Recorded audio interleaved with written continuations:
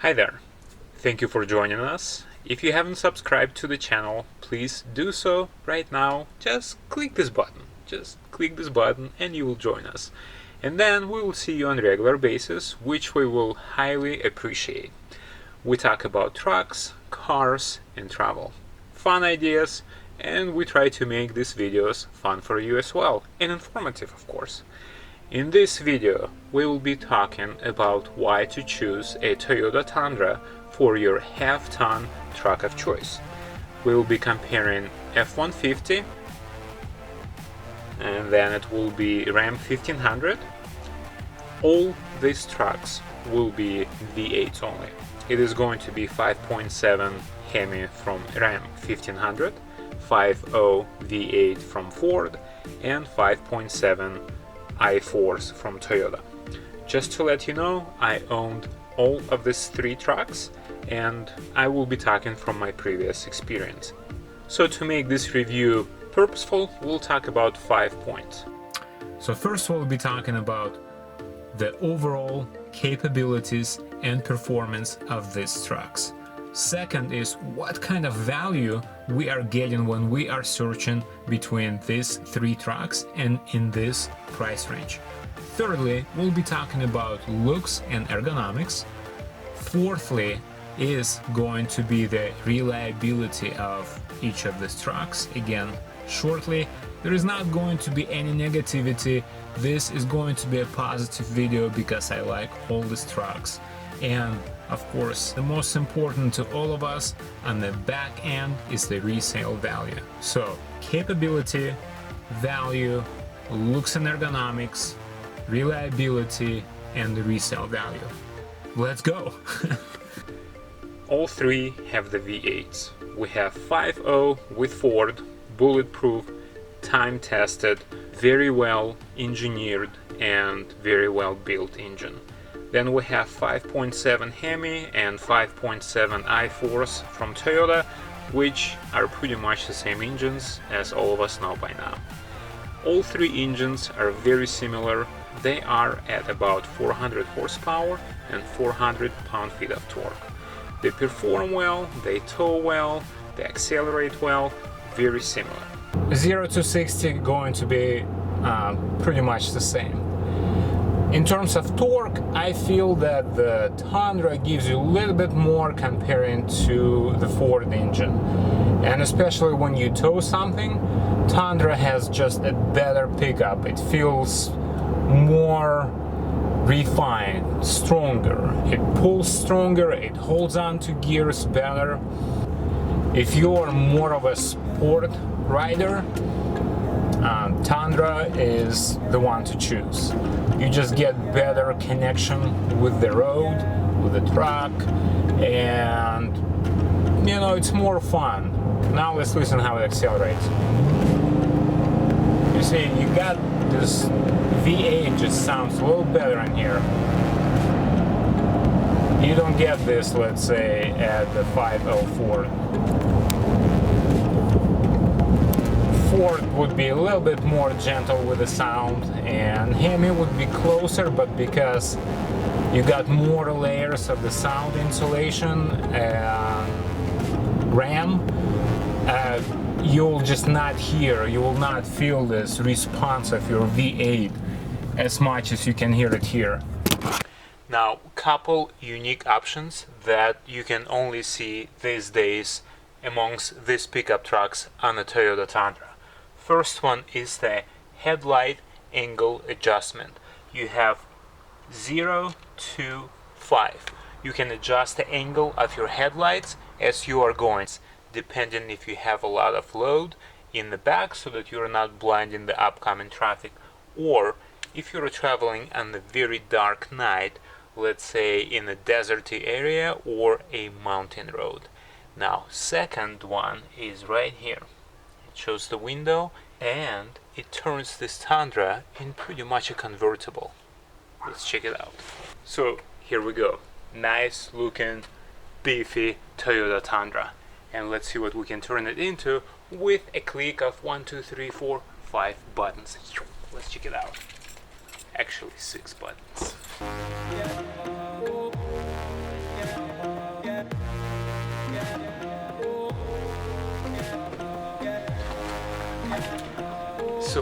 well as you have a sunroof, all 4 doors, even this large one drops all the way down. You have nothing in the back. It is pretty much a convertible or a Baja, a true Baja dune type of rider. Size of the bed between all 3 trucks is the same. Payload on the Ram and F150 is a little larger than on my Tundra. Now in terms of towing, they all tow about the same amount between the 5.0, 5.7 Hemi and this 5.7 I-Force from Toyota Tundra at about 10,000 to 12,000 pounds without any problems. Plenty of space, very comfortable, very convenient, well done, very easy to clean, very easy to maintain. I'm surprised that for some reason Toyota took this seat pocket away. Only one you got on the right hand side, which is your passenger, nothing on the driver's side. Not sure why. Now talking about the ergonomics of this 2018 Toyota Tundra. Everything is done well. It is located where you need it and how you need it. It's not as fancy as the Ram 1500 interior. It's utilitarian, it's just comfortable and convenient. The materials are well selected and you know that they will serve you for a very long time. It's appointed well with silver and metallic looking elements. You got a nice touch screen here, a good leather wrapped steering wheel, armrest support with a little limited insert here, cup holders of a good size, some rubberized area in the front so that your phone or your other devices would not slide. Well designed, well built. Little insert here, wood looking trim in the dashboard. I have limited edition, so I have a little bit of a leather insert here. Plenty of space for your legs in the front. The seats are roomy. Now your back support is still there, so no back pains, no rolling side to side. The cushion is again well done, very comfortable, very convenient. The doors are appointed simply but nicely. You got a silver looking plastic here, your handle, and a little bit piece of trim with a leather insert on the limited edition. The driving position is great. It rides super nicely. The rear bench of the Tundra is probably the roomiest between the 3. You got more of a leg room, and the bench is actually wider, so it is pronouncing further away from the back, whereas cushion on the Ram 1500 and F150 is a little bit smaller, just not as big and not as roomy. When we travel far away, this truck is really comfortable. Dials are very simple, very well designed, very easy to see. You don't need to search for anything. Everything you need is right here. I think Ram is going into a little bit fancier area where some of the dials are searchable now through, so they're digital, but here it's all classic, how we used to view it, and usable, utilitarian, very simple, very easy to follow, and it's functional. It's what you need, and you know it will work for a very long time without any issues. Comparing this cabin to, let's say, the Ford, we're probably a little bit better here. In my opinion, like this cabin a little bit more. It's more fun, it's appointed a little better, so it's not as boring. Ram 1500 is nicer looking cabin. It's fancy, but again, how long will it serve you? At some point those turbos will have to be cleaned and of course replaced. Whereas when you have the naturally aspired V8, they will just go forever. And also, I would say that they're a lot less picky about the kind of fuel you put in them. This engine never pins. I don't care where I travel, how I travel, any sort of gas station, I don't care. You just put it in, and I know that this truck will have no problems burning it and giving you the performance it has to. The sound insulation of this Tundra, to my opinion, is just right. It's not too quiet here, it's not too loud. You hear the engine, you have a good information on the type of road you're driving. The transmission shifts nicely, it is very smooth, which probably goes the same to all the street trucks. Even when it's stock, I think the sheet metal is done better. The lines are pronounced on this truck a lot more than, let's say, on the Ram or even Ford. Toyota has a well generated with time history of the off-roaders, and anytime you see people getting into remote places, they take the Toyota. So Toyota, I would say, would be on the better side or on your side if you're looking for an off-roading truck, which was in my case as well. So Toyota looks the sportiest, it's beefier, it just looks faster. It's one of those guys in a white t-shirt and jeans that can walk in any place, anytime, and will be accepted well. And it doesn't matter where you go, what you do, if you go off-roading, a business meeting, or a nice dinner with your lady, Toyota will fit in nicely. And it's the value that you get for your buck. The Fords are getting more and more expensive, and the latest ones are getting really up there, especially if you compare the packaging of this Tundra Limited to what you would like to get, let's say, with a Ford. You know, the options are up there. I got this Tundra at $46,500, and I know that when I sell or decide to sell this Tundra, the value of this Tundra with the same miles and the same year would be much higher than F150 or the Ram 1500. So value and the resale, really, Toyota's just holding their value really, really good. We know that the strongest element of Toyota's build is the electronics. It's the electronics, it's the simplicity of the truck overall. You got simple engine, simple transmission. It's not too foo-foo on the inside, only what's needed to be on the truck you got here.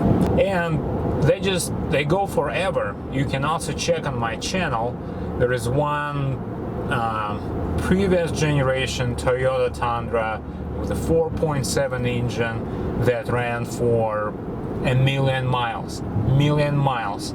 The same engine, the same transmission, 2 times the chain was replaced, and 1 time they had to take apart the transmission because at 700,000 miles it stopped going into reverse. What a shame. But again, they did not replace it, they just took it apart and were able to fix it.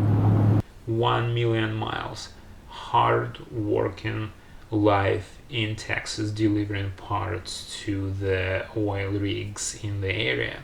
1,000,000 miles. So watching stuff like that made me think, reliable. And especially after having the F150, where at 200,000 miles the truck started having little issues here and there with the electronics.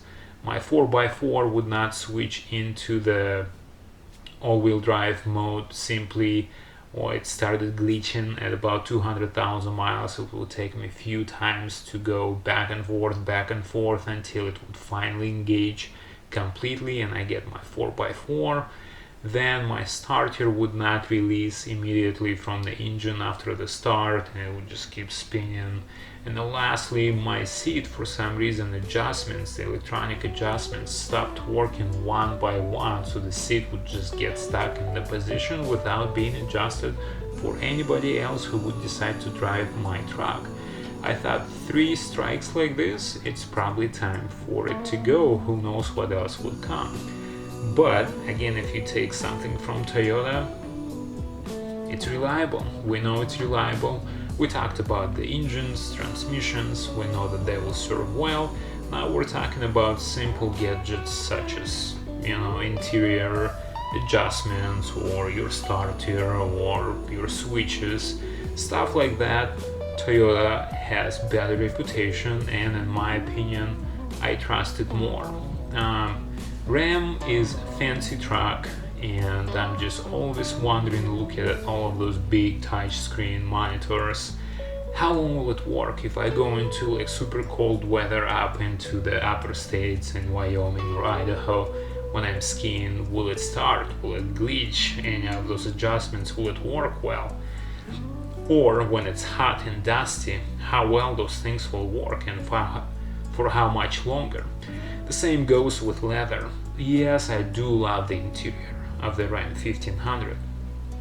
It's well done by touch, it's pleasing to the eye, but it's a truck. When I travel for thousands of miles with my kids sitting in the back and sleeping and eating all those snacks, and the cramps go on the seat and on the floor, and all of those little cramps would get into those little perforated holes of the leather, and then it's hard to clean, and especially if they spill something else on top of that, sticky, almost impossible to clean. Again, it's what you're looking for. If it's my everyday driver and it's just me and possibly my wife, I like the interior of the Ram. But for the utilitarian and everyday and tough usage, again, Tundra was my choice because easy to maintain, easy to clean, it's reliable, and I know that all of those buttons and all of those electronics will help me and will serve me well for a long time. There is nothing that I need to search for or look for, it's just intuitively put where you need it to. About the resale value. At first, when I was looking to trade in my F150, I was thinking maybe to get a used truck. So I started my research. I typed in $20,000, certain amount of miles and a year, and how old the truck's supposed to be, and I dialed in the F150 and the Ram 1500 and Toyota Tundra. In that price range, there was not even one Toyota Tundra. So I increased it by another $5,000, and then I got a Toyota Tundra as well in my range, but the mileage was over 200,000 miles. So I'm thinking, what will it take to get a 100,000 mile Toyota Tundra at that time? And you are looking at almost $30,000 pickup truck. Again, I thought, well, so I'm getting better value for my dollar, getting Tundra on the front end, and then the resale is going to be also higher. What to think of? So of course Tundra was my choice. By the way, soon we will have a give out of this nice exercise t-shirts with the channel logo, so stick with us. Soon I will post the terms and conditions. Thanks for watching. Thanks for joining us today, and we'll hope to see you on a regular basis. So please subscribe, please give us a like, and stay with us. It was fun having you here today. Thank you. Bye-bye.